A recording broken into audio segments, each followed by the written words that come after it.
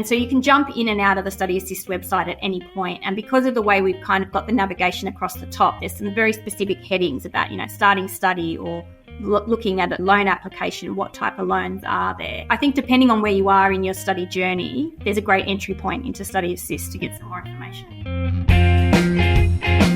G'day and welcome to the Choosing Your Uni podcast. I'm your host, Rob Malicki, coming today from Garigal Land in Sydney.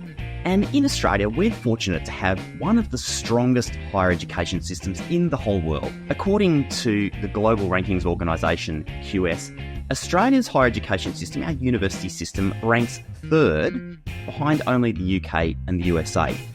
But some 90% of our universities rank in the top 1,000 globally, meaning regardless of where you go to uni in Australia, you're going to get an extremely good education by world standards. Now, Australia's system is successful for many reasons, but one of the key reasons, I believe, is that for more than 50 years, Australian governments of all colours have supported this critical part of Australia's education system.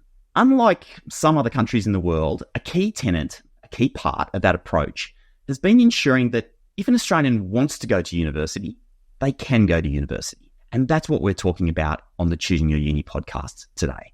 Different programs available from the Australian government to help people to pay for the cost of their studies. And to help me break this down, what's available and how it works, I'm joined by Nicole from the Federal Department of Education. Nicole, thanks for joining me on the Choosing Your Uni podcast. Hi, Rob. Great to be here. Now, Nicole, there are lots of acronyms when it comes to universities and university support, but perhaps we can start with the main acronym that students and their parents are likely to come across when they start looking at university, and that is CSP. What is a CSP? And one go about getting one of these? The long version of CSP is a Commonwealth-supported place. So essentially, it's a government subsidy which is provided to students, which means that they don't pay the full course fees. So this is not a loan and it doesn't have to be paid back. The government is literally paying a portion of the course fees on your behalf. And then there is a remaining portion which a student has to pay themselves, and that's called the student contribution amount. I'm glad you cleared that up right out of the gate, because I think it's one of those things that people don't understand, is that the government actually spends billions and billions of dollars every year that nobody pays back. Well, the Australian taxpayer, I suppose, eventually pays for that, but that's not actually borne by the student, and that's what the CSP is. Just to give you a bit of an idea about what that subsidy might look like, and these are based on some real-life examples from university websites, so you can obviously go and do your own research as well if you're a student. But if you wanted to study a law degree, for example, and you receive a Commonwealth-supported place, then the cost of that law degree for the first year might be $16,000. If you're not in a Commonwealth-supported place, so you don't have a CSP or a full fee-paying student, then it might be $34,000. And there's some examples on the studyassist.gov.au website which also shows the difference in cost between studying a CSP and studying not in a CSP. Fantastic. And I'm looking forward to chatting more about Study Assist a little bit later in the podcast. And that's a great example. I think people really should go out and have a look at that sort of information, because it really starts to highlight to you the really generous level of support that Australians do get when they go to university. So I think that's extremely valuable. Nicole, you mentioned a student contribution. Maybe could we unpack that a little bit, and then perhaps we can talk a little bit about the HELP program, another acronym. The student contribution amount is the amount that's left to pay. So the government's paid the subsidy and then you've got an amount left to pay. You can either pay that up front to your university, and you have to do that before the census date. And a census date is a really important sort of legal deadline, and we can talk about that hopefully a little bit later. But you either pay up front to the university by that date, or you have to apply for a loan, and that's called the Higher Education Loan Program. Most of your listeners will probably know that as a HELP loan, and we'll discuss that a little bit more. But in terms of the student contribution, the government puts the different subjects into different bands or different clusters, and there's a table of those. And so we'll basically say if you're studying in a certain subject, say you're doing a Bachelor of Education, then there'll be some of the units that you study will be in the education cluster, which is funding cluster 2, I think, for example. But you might also do some science and some maths and some English. And so those subjects will be in different clusters, and that will determine really what the cost of a course is. But because you're getting a subsidy from the government, then and you're enrolled in a CSP, there's a cap or a maximum that a university can charge for those units. And so that's all listed, and it has to be published on the university's website. It's fascinating, isn't it? Because one of the questions we regularly get at Choosing Your Uni is, well, how much is my degree going to cost? And it's a little bit complicated to answer because, of course, if you're doing a particular degree, like, the science degree is a great example because you might take an elective engineering or in music or something like that. And each of those individual subjects falls under a different grouping, and therefore the individual cost of that subject will vary. Actually, one thing I might just ask, which is also something we hear a lot, if you're doing, for example, an education degree, that was the one you kind of pulled out as an example, so let's stick with that. But if you do that education degree at Macquarie University or the University of Western Australia, is there, outside of that variability in sort of individual subjects, that degree should essentially cost the same. Is that correct? Yeah, so if you enrolled in a CSP and the funding clusters for those subjects, there's a maximum of what can be charged. A university could charge less than that for a subject, but mostly they'd be on a par with each other. So yes, but if you're a full fee paying student, you don't have a CSP, say you're an international student, then it's about the cost of delivery, and different universities will obviously charge different prices. Yeah, I think that's quite funny that the word help has just come into that because, of course, the higher education loan program, HELP program, is a big part of what we're about to talk about. Back in my generation, we used to know this just simply as HECS, the Higher Education Contribution Scheme. But of course, that was updated actually quite a long time ago now. And now it's the HELP program that has a number of different elements to it. Perhaps you can walk us through some of those elements, Nicole. Sure, Rob. Essentially, there are 5 types of HELP loans. Most people would be most familiar with HECS HELP, and the other type of loan that would probably be the second most taken out loan, if I can say that, is the fee help loan. So essentially both of those loans are around being able to pay your course fees. HECS Help is a loan that you would take out if you're eligible for a CSP and if you're not enrolled in a CSP. So if you don't go to a public university, for example, you're doing your undergraduate degree or bachelor degree at a private institution, a private college, then you may not be entitled to a CSP, and then you would take out a fee help loan to cover the cost of the course. There are a couple of other loans which I'll just talk about briefly. One is an OS help loan, and so that's if you're doing a degree where you want to do an exchange overseas, something really exciting like that, but you think, I can't really afford the cost of living overseas for a semester, for example, then you can take out an OS help loan and get some money for your sort of travel accommodation expenses. And there's also an SA help loan, which is a more common loan, and that's to cover your student services and amenities fee. So universities can charge this fee up to about $350 a year, and that's to provide things like childcare services, food services, career counselling, those sorts of things. And on top of your course fees, but there's a loan if you need assistance being able to pay that. So that's 4, and I believe there's one more. There is. There's the startup help loan. So it's in its pilot year, so it's fairly early on, but it's really, and it's a bit more of a niche loan. So if you're a postgraduate student or if you're in your last year of uni or you've recently graduated and you want to do a course that is called an accelerator program, so this is sort of entrepreneurial skills, innovation skills for a startup business, there's a help loan to assist you to pay your course fees for that as well. Fantastic. So what I heard you say, just to jump into those 2 main areas, the HECS help and the fee help, what I heard you say is essentially we're paying these back, but if you're taking a HECS help loan, that's when you're a Commonwealth supported student, so the government is paying part of your studies and you're able to defer the rest, the amount that you need to pay as a student, you can defer that and then pay that back later. Fee help is for students who aren't Commonwealth supported, so they're not, the government isn't subsidising part of that course.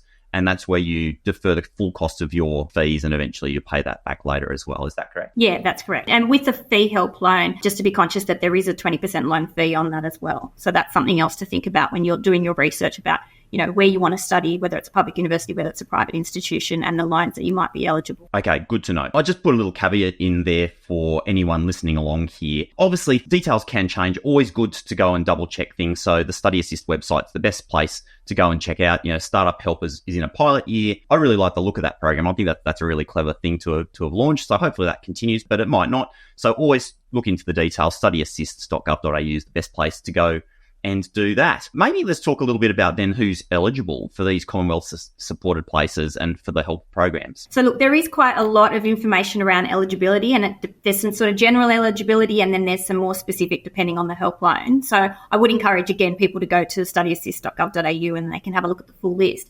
But essentially it comes down to citizenship and residency. So Australian citizens are eligible for both a CSP and a help loan. And then there are some other categories that are eligible for a CSP. So, for example, if you're a New Zealand citizen, if you're a Pacific engagement visa holder or a permanent resident, you're entitled to the CSP. but not necessarily entitled to the help loan. So there's sort of some stricter criteria there. There are other things that you need to, so obviously you need to be studying with a registered Australian higher education provider like a university. You need to have a USI, which is a unique student identifier number that students will get when they enrol, TFN, a tax file number for a help loan, those sorts of things. But the essential criteria really are probably down to citizenship and residency. Now, once again, this might sound a little bit scary to some people who are getting into this for the first time. As someone who's been through the system, a lot of people speak to that. It's actually really easy to take care of some of this administration. The USI is really, really easy to take care of. A tax file number is the same.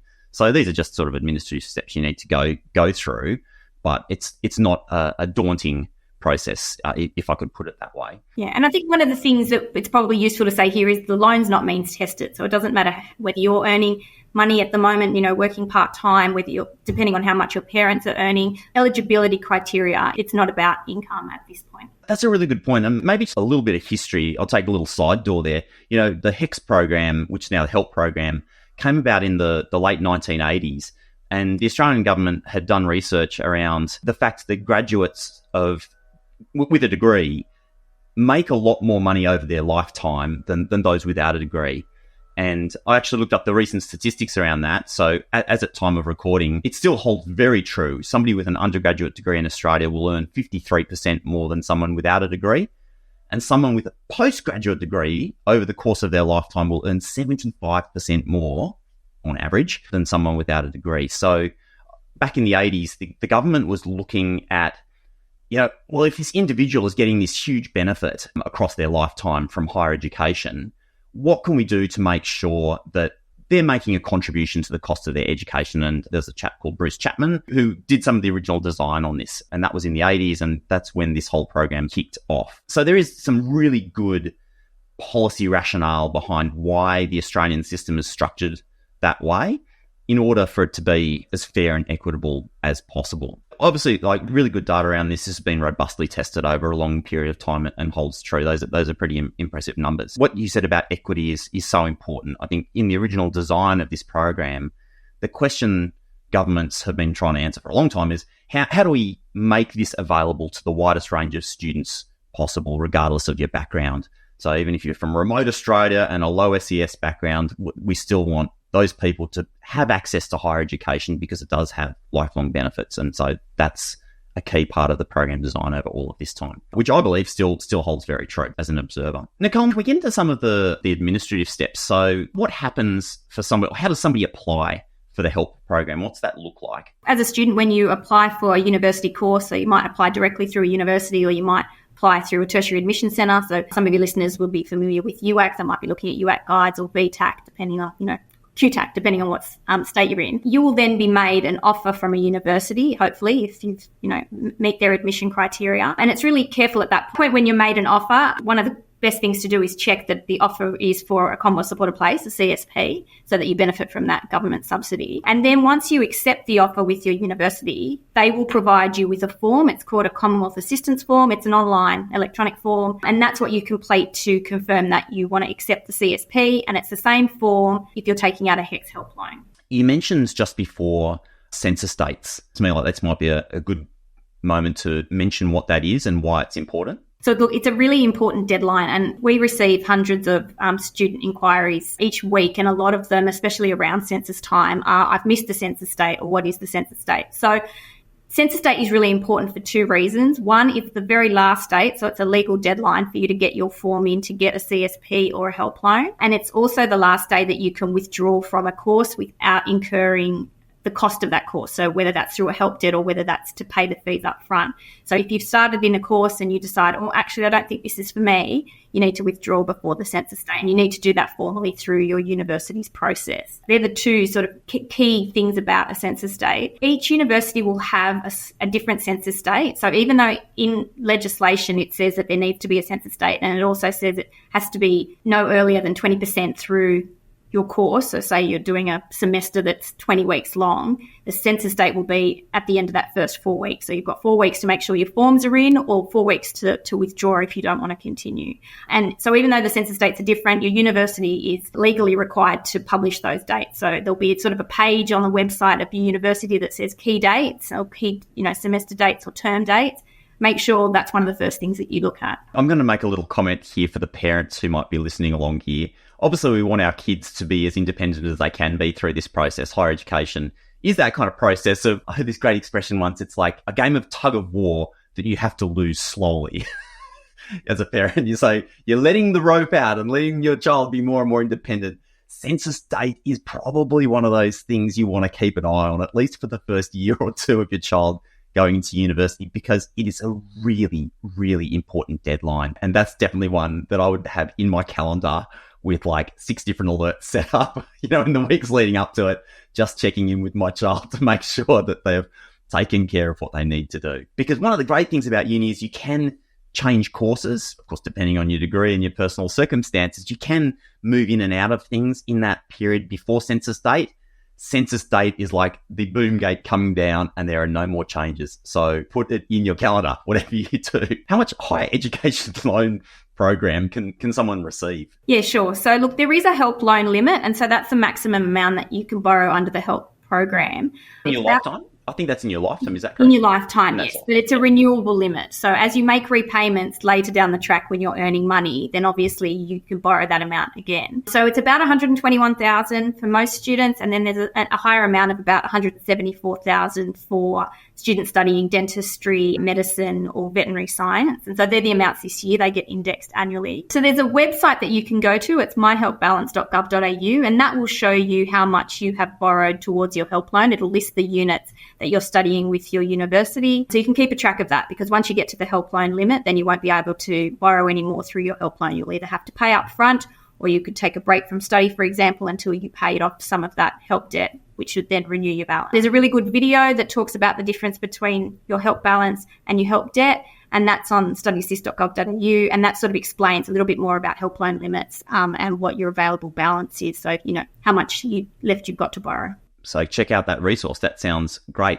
Out of curiosity, is it possible to swap or change between these different higher education loan programs? So if you start off, for example, on fee help, can you eventually then move onto a Commonwealth supported place? Yeah, you certainly can. So if you start at an institution that doesn't offer CSP, so it's not a public university, for example, and you do a year of it and then you think, actually, I want to transfer across into a CSP, you can. So you just need to make sure that each time you're applying for the help loan, you need to complete a separate form, and only the university can provide you with that ECAF form that we spoke about earlier. But also make sure that you're withdrawing from, if you're changing courses, you're changing universities or providers, that you're withdrawing from that course and applying again in a new course, particularly, again, if you can, before the census date, so that you're not, being charged for units that you're no longer completing.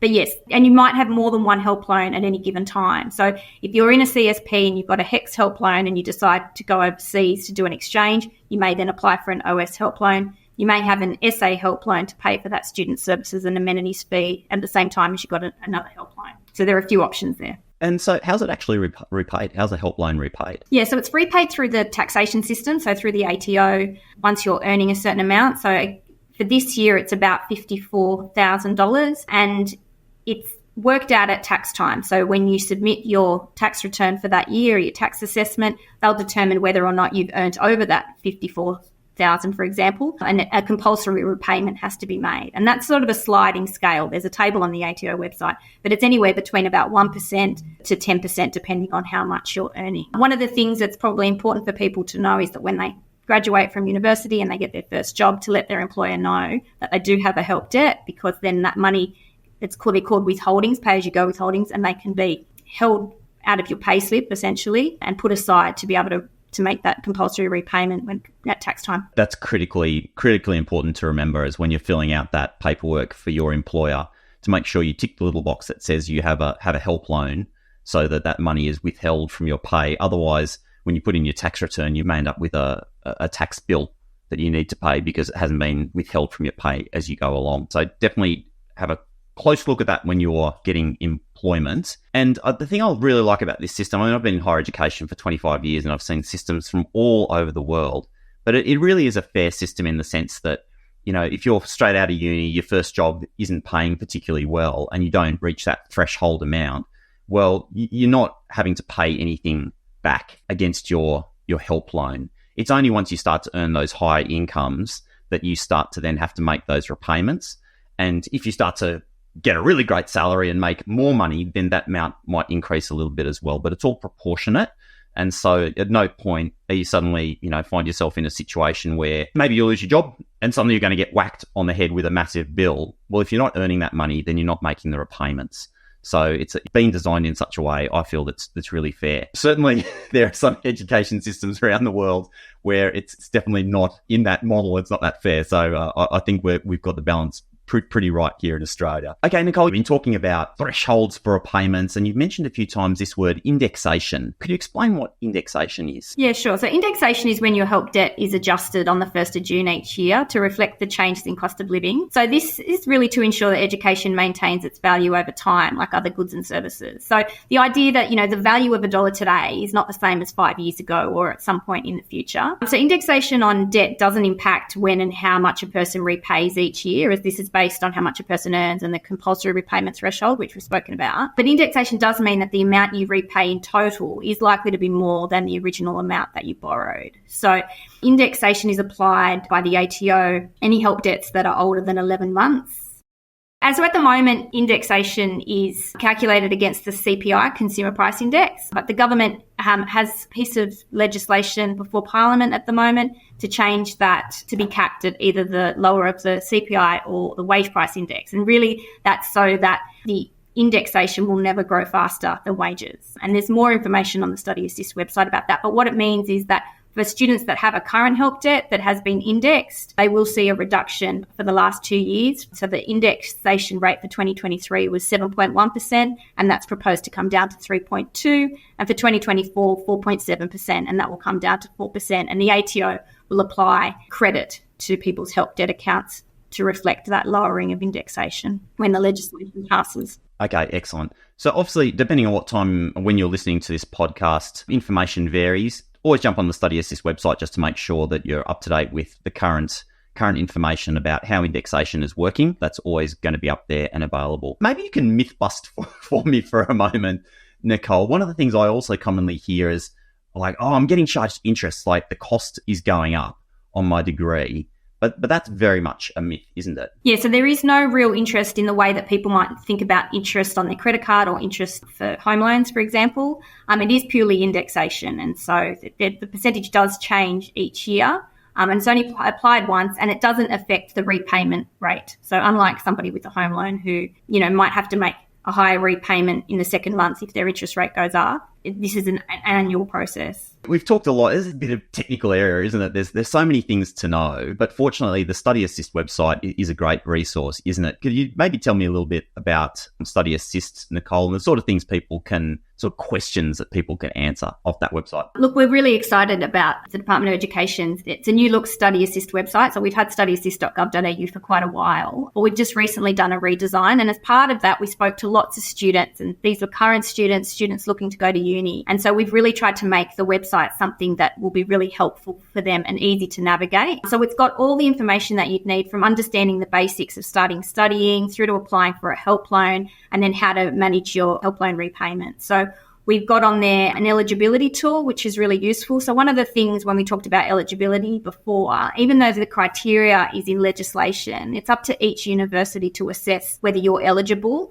But one of the things you can do is to go onto the Study Assist website and put in some key information around your circumstances, and it will spit out some results to let you know whether or not you're likely to be eligible. So that's a really useful tool. We've got lots of kind of quick links and popular topics. We've got some related topics at the bottom. So if you're on a page and you've just read about indexation and then you think, what else do I need to know about this? We kind of help signpost or give you a bit of a path for other bits of information that are useful. We've got FAQs on there. We've got these little things called tooltips. So as we were speaking about at the beginning, Rob, lots of the terminology in this space, there's lots of acronyms, CSP help. So what we've done with these tooltips is if you hover over the word, it'll pop up a little explanation for you, which will just allow you to understand what you're reading and then continue on your kind of journey. We've made some really great animated videos. So they're only sort of 60 seconds to 2 minutes, and they just go through some of the topics, particularly that we've spoken about today. So I'd really encourage listeners to go and have a look at those videos, and hopefully it will help them with their queries. We've also got a contact us form on there. So if all else fails and you've read all the material on there, you've watched the videos and you still have some questions, or you think this doesn't really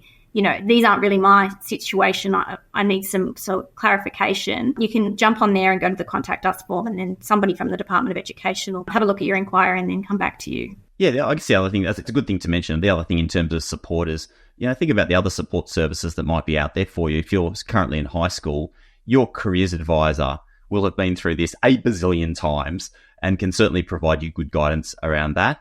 And the universities themselves are also a good source of information. They have systems and processes set up to deal with these kind of inquiries. They obviously handle part of the entire process, so they're here also to support you. When do you think is the right time to go and have a look at the Study Assist website? Like, let's say you're going to be starting your studies in February or March next year. When's maybe the best time to jump on and start to explore this sort of topic? Look, I think the starting study the basics is something that we would really encourage you to have a look at if you haven't started uni yet, if you're, in year 12 and you're just trying to get a bit of an understanding of it. We understand that your focus is probably on finishing your exams, on, applying for the courses that interest you and seeing if you get an offer. And so you can jump in and out of the Study Assist website at any point. And because of the way we've kind of got the navigation across the top, there's some very specific headings about, starting study or looking at, loan application, what type of loans are there. I think depending on where you are in your study journey, there's a great entry point into Study Assist to get some more information. The site's looking really nice. Full credit. It's been a really good redesign. It's very intuitive. Lots of different ways to access information, whether it's written pieces here or the videos and things like that. There is an easy way for you to consume the information. So get on there and get the info that you need. Nicole, it's been great having you on the podcast. One thing I might just quickly reference for people listening along, what we haven't talked about today, and that's because it sort of sits with another part of the government, another whole part of your potential study experience, is around things like youth allowance, what we used to call Austudy actually still exists, but Austudy, scholarships from Australian institutions. So these other sorts of mechanisms which relate to the money, if you like, finance of higher education. We might try and take those on in a different podcast episode, but just to let you know that we deliberately haven't gone there today because they actually sit in a whole different other bucket. But hey, if you are listening along and you've got questions, you feel free to send them through to us. podcast@choosingyouruni.com. Always up to hear the sort of questions that you have and you'd like answered. Nicole, it's been wonderful connecting with you, and thanks for your generous time to help break this down for us. It's been really helpful. Oh, thanks, Rob. I'm really grateful to be here, and if anyone's got any questions, have a look at the Study Assist website and get in touch with the department through that. Wonderful. See you next time. At Choosing Your Uni, our mission is to make finding your ideal institution and your degree fun, easy and stress-free. So if you're looking to save some time, to discover more and to get personalised advice for every step of your journey, check out choosingyouruni.com. Our theme music is composed by Pasha Shogi and his band Flow, and this episode has been researched and constructed on Gadigal land in Sydney. Until next time, have yourself an awesome day.